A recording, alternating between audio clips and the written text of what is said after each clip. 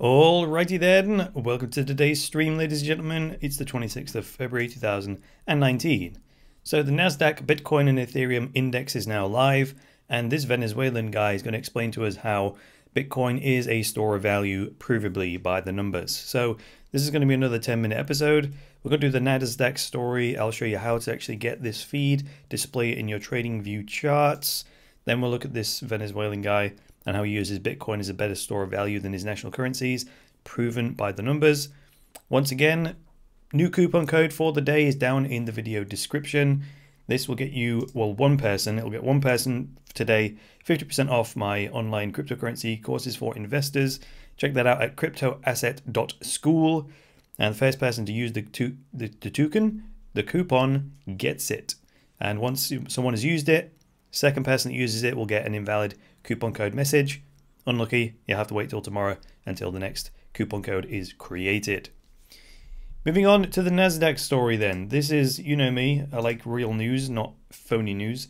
So let's go straight to the source, NasdaqTrader.com. Nasdaq to begin disseminating new third-party indexes, blah blah blah, effective the 25th of February. So this has actually happened. You know me, I get annoyed when I see filler news that doesn't mean anything, like this celebrity said that, or who cares. This has actually happened, and the other reason that we know that this is for real, other than this source, is you can actually chart this new index feed on TradingView. So let's have a look at that. Let's go over to TradingView right now. So you can plot this and add it to your own watch list. If you type in BLX in TradingView and then you click on the index tab, you'll find the Bitcoin Liquid Index.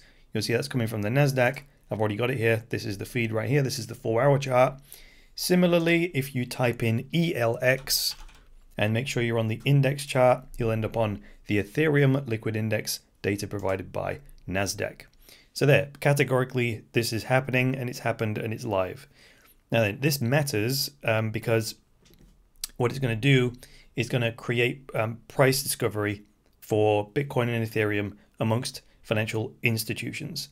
Actually, this feed is from the Nasdaq, but they're getting it from a third party. It's from Brave New Coin, who actually aggregate 240 exchange data feeds to give, you know, an overall spot price for the market.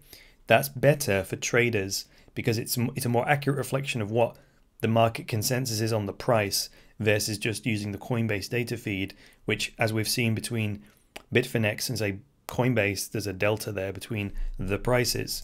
So the Nasdaq have hired Brave New Coin as their data provider. So this is now going to start showing up on the Nasdaq exchange. So what this actually does, in my view, the Bitcoin adoption snowball, it just rotates it another turn, in my view, right? It's just another step of progress towards that, and it's not going to go back, right? This is one of those, in my view, steps of progress forwards that won't go backwards. It's just going to continue snowballing forwards. So that's that news story out of the way. Let's move on to this Venezuelan guy who is proving Bitcoin's store of value. I got this story tipped off really from the Bitcoin.com.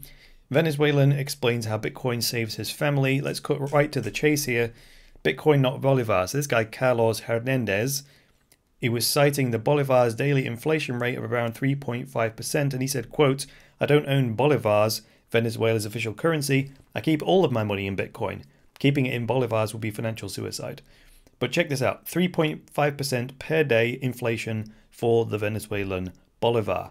Now let's refer back to some data that I've previously cited in a presentation I gave you about a week ago. The Bitcoin average daily price changes for the last 9 years. So the facts are, let's take the worst case scenario, 2008. Worst case scenario, in 2008, Bitcoin lost, it was minus 0.33% per day loss in its purchasing power. If we compare that to the Bolivar, which is minus 3.5% per day in purchasing power, there you jolly well go. The conclusion there is that BTC is a better store of value than the fiat Bolivar, even in the worst case scenario. The Bolivar loses 3.5% of its purchasing power per day, and the worst case scenario for Bitcoin in the last 9 years is that it lost, on average, last year, 0.33% of its purchasing power. But that's on the worst case.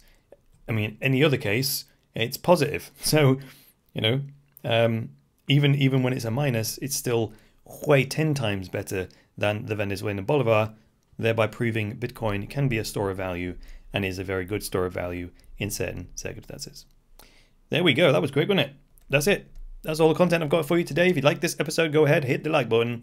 If you really liked it, hit the old subscribe button. There are other ways you can support me. You can check out the website, thecryptoverse.show. Click on courses if you want to check out my online courses for crypto investors. That's the thing that the coupon code is for down in the video description.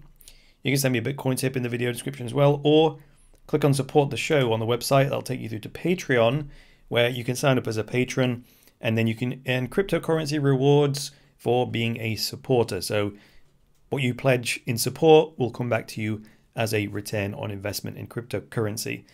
Full details on that are on the Patreon page, but that's all I've got for you today. I'll be back with the next episode of the Cryptoverse. Until then, it's me, Chris Coney, saying bye for now.